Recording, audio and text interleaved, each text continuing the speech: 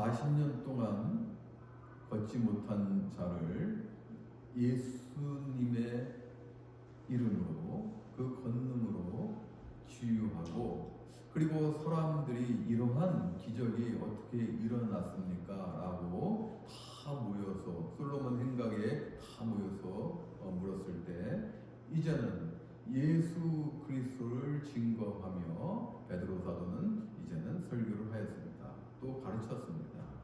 복음을 선포하였습니다.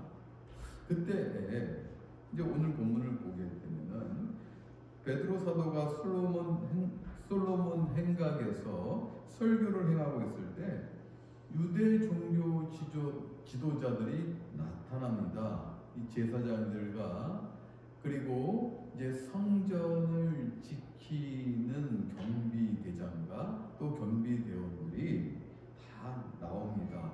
나와서 지금 솔로몬 행각에 모인 많은 사람들에게 예수 그리스도의 그 말씀을 가르치고 부활의 도를 선포하는 것을, 가르치고 선포하는 것을 싫어합니다. 그래서 이제 유대 종교 지도자들이 베드로와 요한 사도를 체포합니다. 그런데 솔로몬 행각에서 설교할 때가 오후 3시고, 그리고 이제 날이 저물었다는 것은 오후 6시가 이제는 넘었다는 것을 이야기합니다. 그 당시에 오전 6시부터 오후 6시까지는 낮이고, 이제 오후 6시 이제 1분부터 되겠네요. 그 다음날 이제 오전 6시 전까지는 밤입니다. 그래서 날이 저물면은 이제는 이 사내들인 공예도 이 최고의 유대사의 최고의 사법기관인 이 사내들인 공예도 진행되지 않습니다. 그러므로 이제는 유대 종교 지도자들은 베드로 사도와 요한 사도를 옥에 가두고 이튿날까지 옥에 두게 합니다. 그런데 놀라운 일이 일어났어요. 이렇게 이제는 예수 그리스도를 따르는 기독교인들을 초대교회가 막 형성되고 있는데 핍박이 들어오기 시작한 거예요. 유대 종교 지도자들은 예수 그리스도를 이단으로 판정해서 죽였기 때문에 그들은 더 이상 이것이 확장되는 것, 초대교회가 형성이 되고 많은 사람들이 믿는 것을 방해하기 위해서 베드로 사도와 요한 사도, 그 당시 초대교회의 중심들입니다. 수장들인데 이것이 지금 더 부흥되고 확장되는 것을 방해하기 위해서 그들을 옥에 가둔 것입니다. 즉 무슨 말씀이냐? 드디어 초대교회에 핍박이 가해지기 시작하였다는 것이에요. 그리고 이제 날이 밝았습니다. 날이 밝고 사내들인 공예에, 아까도 제가 말씀드렸습니다. 유대 최고 법정에 해당되는 사내들인 공예에 베드로와 요한 사도를 세웁니다. 여러분, 그 당시에 유대 사회에는 삼권 분립이 없었습니다.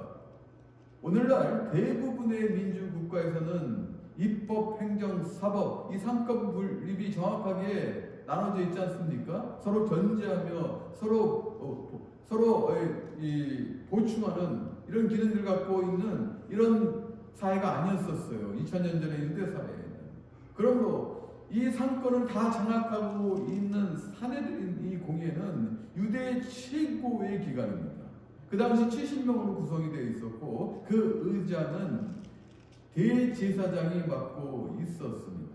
그런데 오늘 보면은 이 사내들인 공예에 베드로와 요한 사도를 신문하기 위해서 모인 구성원들을 보게 되면요, 관리들은 사두개인들이에요.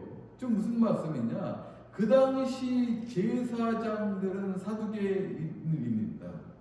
유대 사회는 성전 중심의 사회예요. 성전을 섬기는 대제사장을 포함한 제사장 그룹, 이 관리들은 사내들인 공예를 장악하고 있었습니다. 종교 지도자이자 이 관리들이에요. 또 그리고 장로들, 이 장로들은 지역 대표나 원로들입니다. 주로 행정을 대표하는 사람들이죠. 또한 서기관들이 모여 있습니다. 이 서기관들은 대부분 바리새인들이었습니다. 바리새인 중심이에요. 바리새인들에서 서기관들이 나오는데요. 바리새인들은 성경에 관한 해박한 지식을 가진 율법 교사들입니다.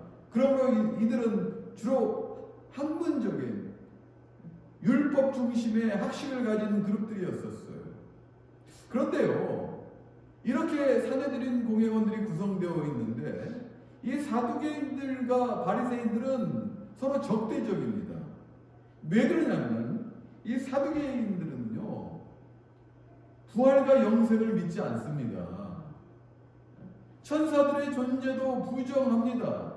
그리고 성경도요, 모세오경은 성경의 처음 5권이지 않습니까? 창세기, 출애굽기, 레위기, 민수기, 신명기, 이걸 모세오경이라고 하는데 이것밖에 안 믿습니다. 구약 성경은 여러분도 잘 아시다시피 39권 아닙니까? 그런데 이 성경 5권밖에 믿지 않습니다.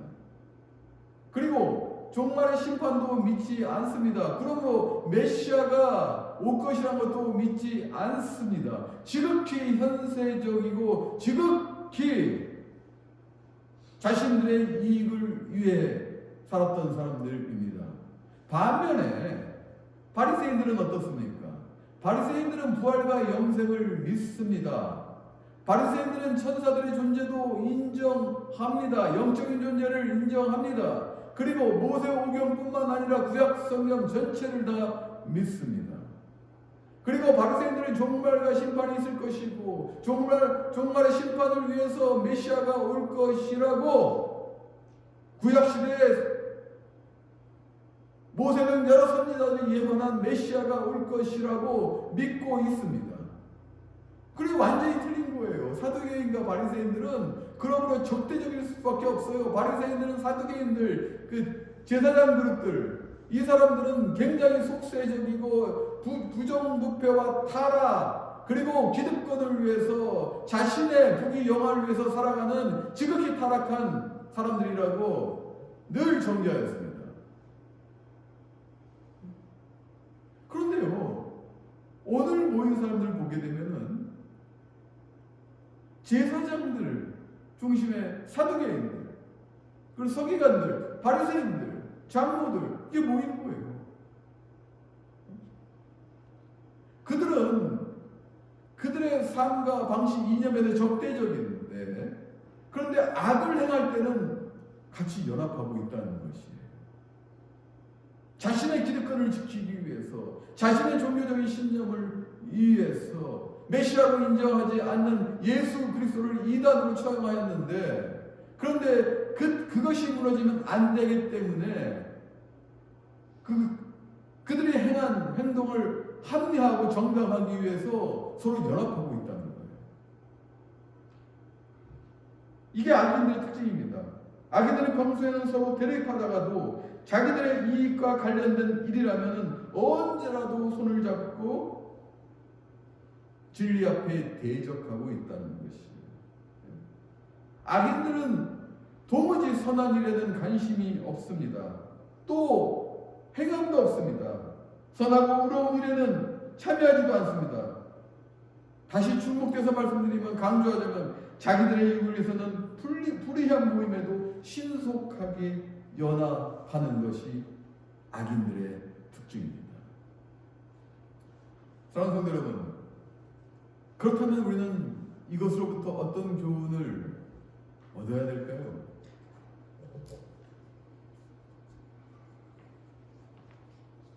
어떤 교훈을 얻어야 될까요? 우리는 먼저 열린 마음을 가져야 됩니다. 전 두 가지를 여러분 앞에 말씀드리고 싶은데, 첫 번째는 열린 마음을 가져야 됩니다.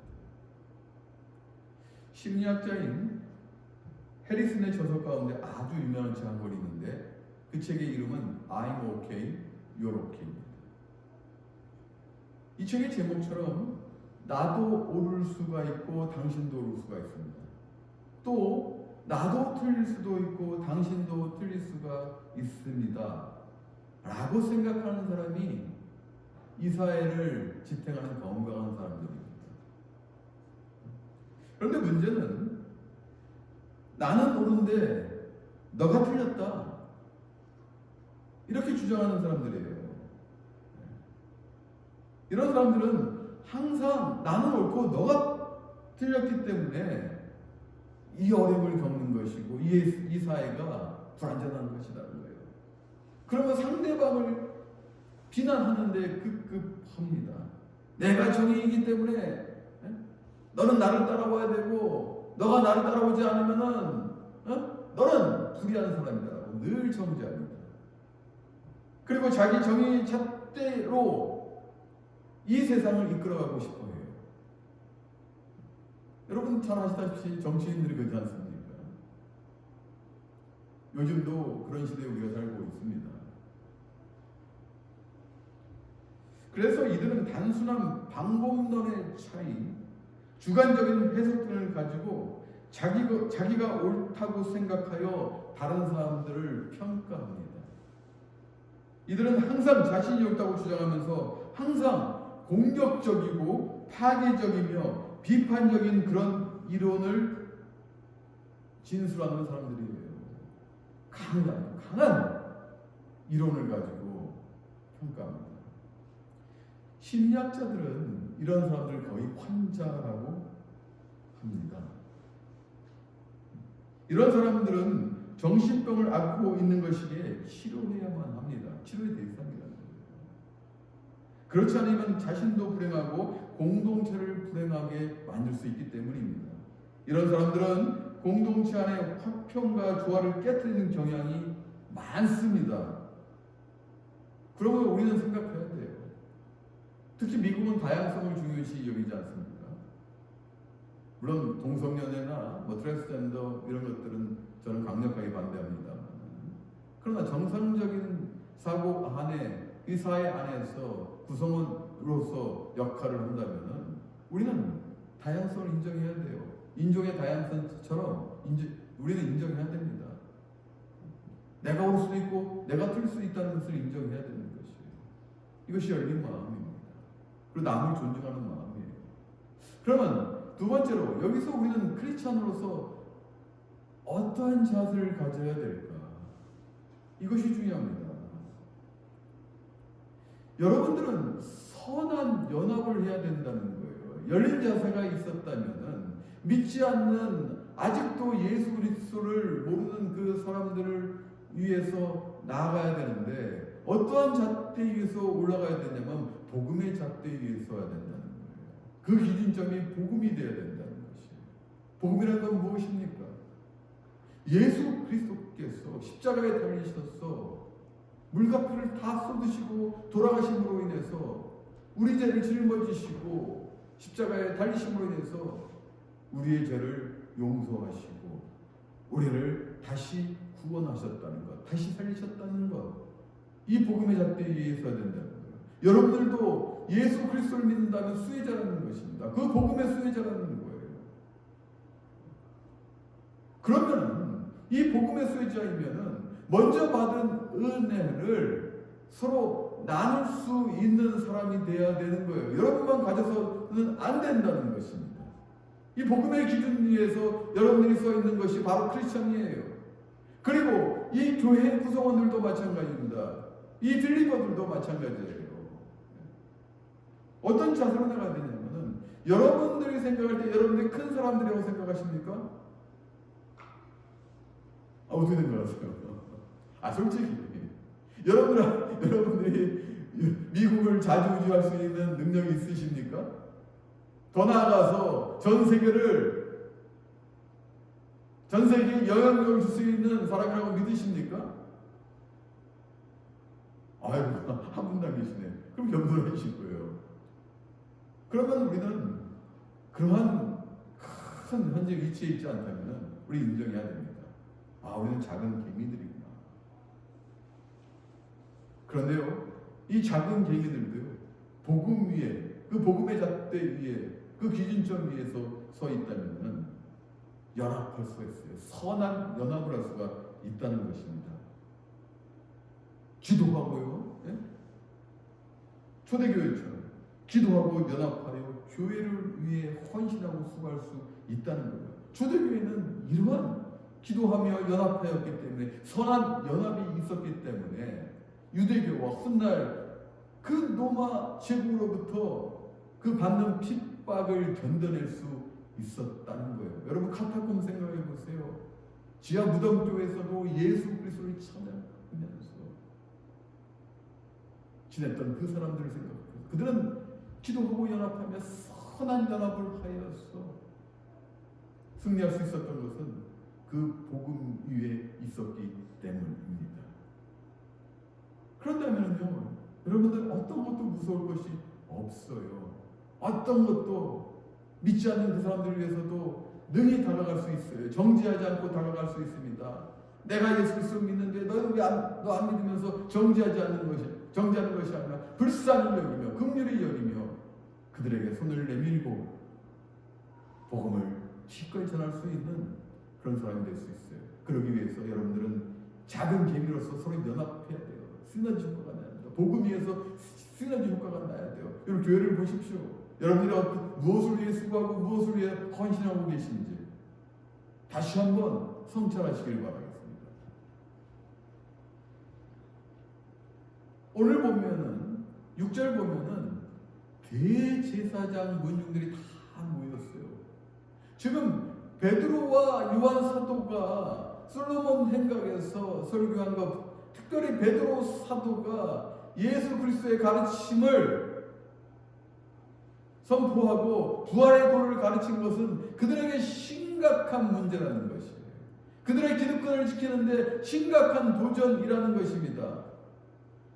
그렇기 때문에 사두개인들은 지금 제사장 그룹으로서 아주 편안하게 살아가면서 또 부정부패하고 그들의 이익을 취하고 부귀영화를 누리고 있는데 지금 예수란 자가 나와서 내가 메시아고 하나님의 아들이고 그 권능으로 병자와 귀신 들린 자를 시키면서 이 사회를 지금 흔들 때 그들은 불안해했던 것이에요. 그렇기 때문에 오늘 다 모인 것입니다. 다 모여서 사내린 공회에서 지금 모였어요. 지금 안나스가 누굽니까? 이 사람은 대제사장이 아니에요. 이 사람은 주후 8년부터 15년까지 대제사장을 했습니다. 이미 대제사장 임기가 끝난 지도 한참 지났어요. 지금 대제사장은 누구냐면은 안나스의 사인 가야바입니다. 이 사람은 주후 18년부터 35년까지 대제사장이었어요. 예수님을 죽인 대제사장입니다. 그런데도 이 안나스의 영향 하나 있다는 거예요. 이 부귀영화를 누리기 위해서 그 가문들이 똘똘똘 뭉쳤어요. 그 사이가 대제사장을 하고 그 후에도 그 자식들이 또 대제사장을 물러받아가지고 부귀영화를 누립니다. 자신들의 부귀영화를 누리기 위해서 자신들의 그 권위에 도전하는 베드로 사도와 요한 사도를 지금 심각하게 여기고 오늘 사내들인 공회에 잡아와서 신문하고 있는 거예요. 죽일 기세로 신문하고 있습니다. 그런데요, 사랑하는 성도 여러분, 베드로 사도는 어떻습니까? 그 앞에서 살기 위해서 위축되고 그리고 변명을 늘어놓고 빠져나가기 위해서 어떤 말을 했습니까? 아닙니다. 그런 분명히 예수님이 돌아가신 전날 전에 그 새벽에 어린 여종 앞에서 예수님을 모른다고 3번 부인했던 사람입니다. 비겁했던 베드로예요. 그런데 지금의 모습은 어떻습니까? 여러분 생각해 보세요. 지금의 모습은 어떻습니까? 베드로는 그 전에 예수님께서 섰던 그 자리에서 당당히 예수 그리스도를 증언하고 있습니다. 오늘 말씀 보게 되면 7절 말씀 보게 되면 사도들이 베드로와 요한 사도를 가운데에 불러냅니다. 여러분, 구전을 기록한 전승집이 있어요. 미시다라는 그 책이 있는데, 그 기록집이 있는데, 거기에 그 책에 근거해서 보면은 이렇게 이제 신문자, 이 피의자라고 하겠죠. 이제 심판하기 위해서 신문을 하지 않습니까? 이 피의자를 그러면 이 가운데로 이렇게 세워놓습니다. 그러면 이렇게 반원으로 사람들이, 신문자들이 이렇게 서요. 앉아 있겠죠. 신문자들이 이렇게 앉아서 있던데, 이 반원을 딱 형성해놓고, 내가 만약에 이제 피의자라면, 이제 신문을 받아야 되는 사람이라면 이렇게 이 반원의 사람들이 이렇게 앉아 있어 신문하는 거예요. 여러분이라면 얼마나 위압감을 느끼겠어요? 1대1도 아니고 지금 제사장 그 문중들이 다 모여가지고 이렇게 빽빽히 있다고 생각해요. 얼마나 위압감을 느끼겠어요? 그런데 그 자리에서 예수님도 똑같이 신문을 당하셨다는 거예요. 예수님은 결코 그 자리를 회피하지 않으셨습니다. 예수님은 당당하게 당신이 하신 권능이 하나님의 권능임을 나타내셨습니다.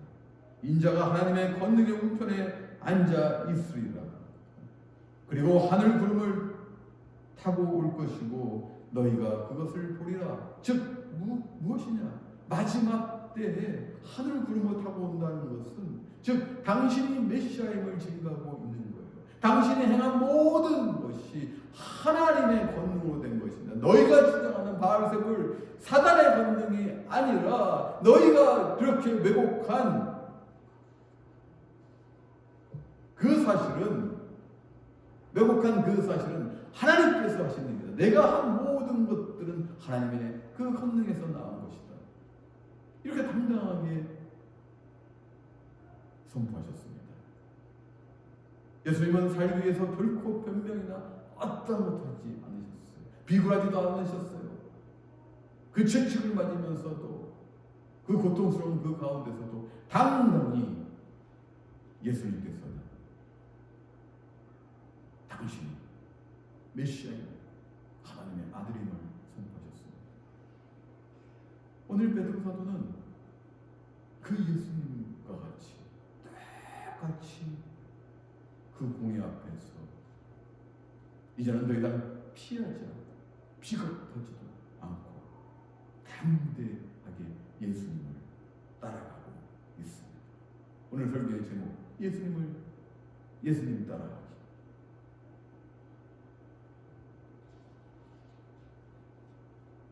이 신문자들은 묻지 않습니까? 무슨 권세로 누구의 이름으로 그것을 행하였느냐?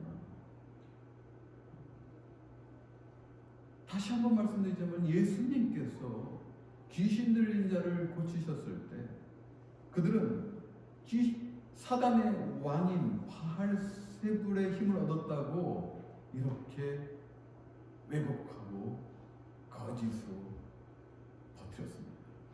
바알세불은 사단을 비유해서 하는 말이에요.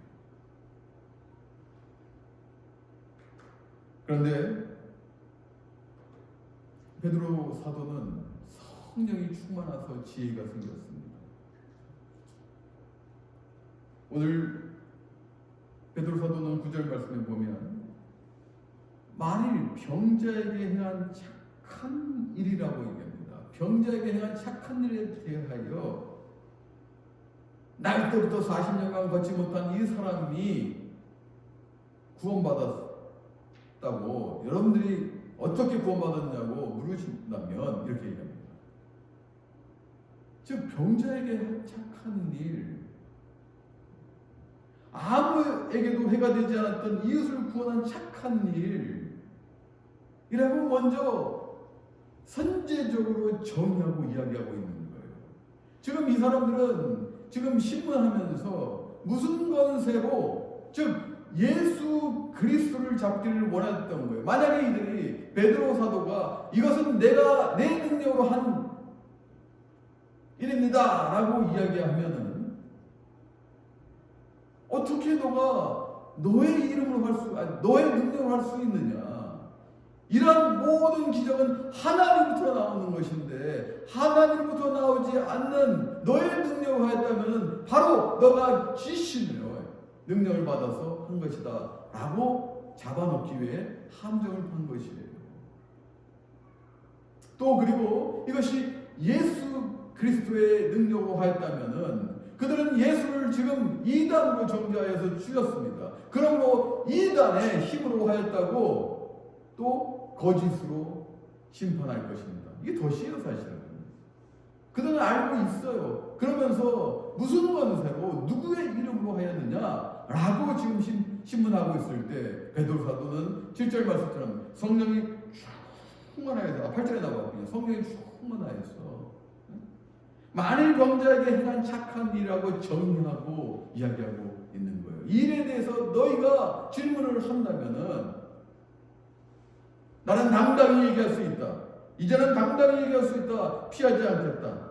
이것은 나사렛 그리스도의 예수 그리스도의 이름으로 되어진 것이다. 너희가 죽인 나사렛 예수 그리스도 이름으로 이 일이 이루어진 것이다. 나의 능력이 아닌 너희가 버린 그 돌이 건물의 모퉁이 돌이 되어가지고 그 건물을 충실히 하였듯이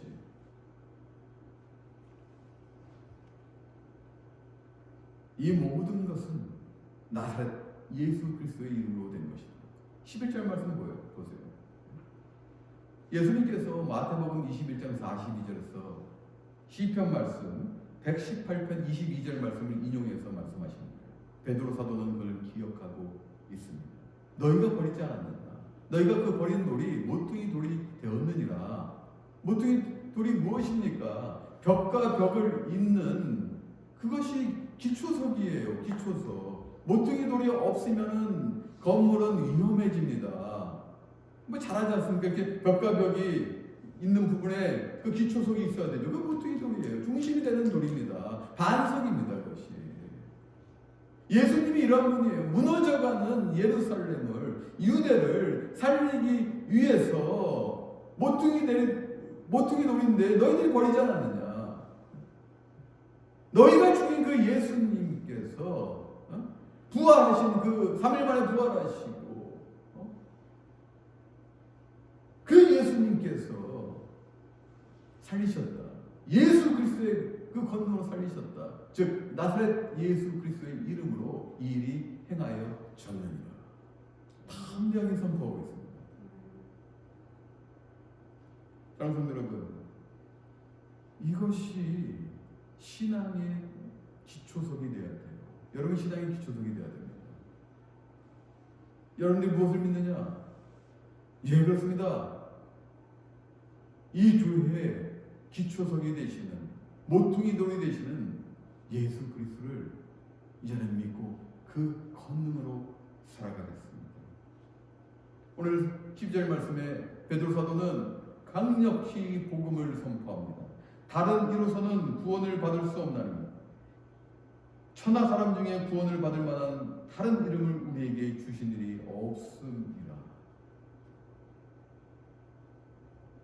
여러분, 구원은 예수님 외에는 없다는 거예요. 이 세상에는 많은 종교가 있습니다.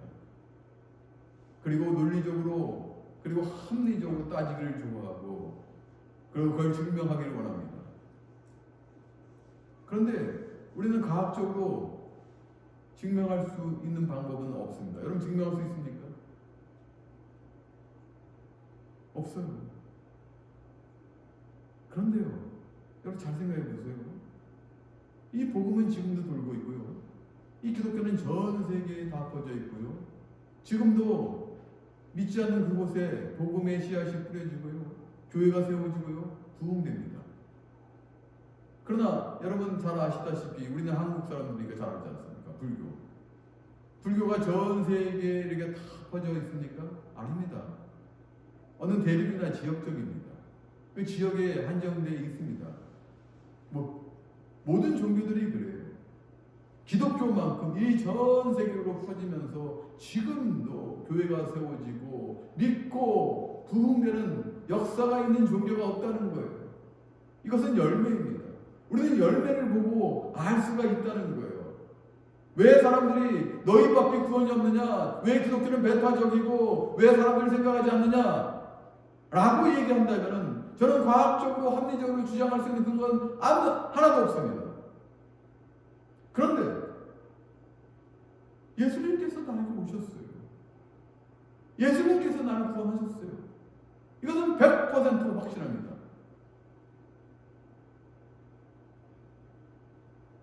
베드로 사도도 마찬가지입니다. 2000년 전에 베드로 사도도 마찬가지예요. 증명할 수 있는 것, 본인의 확신입니다. 그리고 열매를 보십시오. 얼마나 많은 사람들이 지금도 믿고 따르고 구원을 받고 있습니까?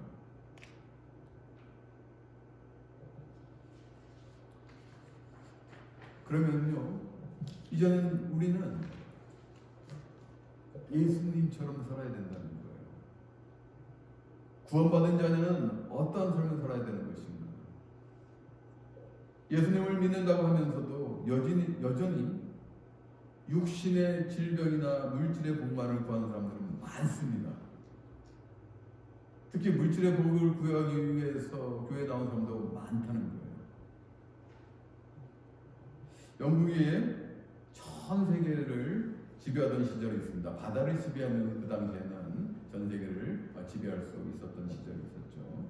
해상의 왕이었던 그 시절에 아프리카에서 영국의 무역선 하나가 영국 해협에 거의 다 와서 그 해협 근처에서 조난을 당했습니다. 이 파산한 무역선의 구조 요청을 받은 영국은 당장 구조선을 보냈습니다. 그러나 파도가 너무 높아서 구조선이 그 조난당한 큰 배에 가까이 접근을 못했습니다. 별 수 없이 노프를 던지며 배에 탄 사람들에게 구조선까지 오라고 했습니다. 그 파고 때문에 더 이상 접근을 하지 못하고 노프를 던져서 노프를 잡으세요. 뛰어내려서 노프를 잡으셔서 그리고 이 구조선으로 오십시오. 라고 외쳤죠. 그래서 무역선에 탄 사람들 중 어떤 사람들은 구조선을 향하여 헤엄을 쳤고 또 어떤 사람들은 그 노프를 붙잡고 구조선까지 와서 살았습니다. 그런데 무역선에 탄 사람들 중에서 배에서 뛰어내렸지만은 구조선까지 오지 못하고 죽은 사람들이 상당히 많았습니다. 그러면 그들은 왜 죽었을까요? 그들이 죽은 이유는 무척 다양했습니다. 물론 어떤 사람들은 수영을 못하였기 때문에 죽었을 것이고요. 또 어떤 사람들은 미처 그 노프를 잡지 못해서 죽었을 것입니다. 하지만 진짜 이유는 다른 것이 있었습니다. 그 배는 아프리카에서 오던 배로서 많은 양의 금괴들이 배에 실려 있었습니다. 사람들은 배와 함께 가라앉을 금이 너무 아까워서 배에서 뛰어내릴 때 자신의 허리에다 금을 가득 찼던 것이었습니다. 생각해 보십시오. 허리에 찬 그 금괴 때문에, 금 때문에,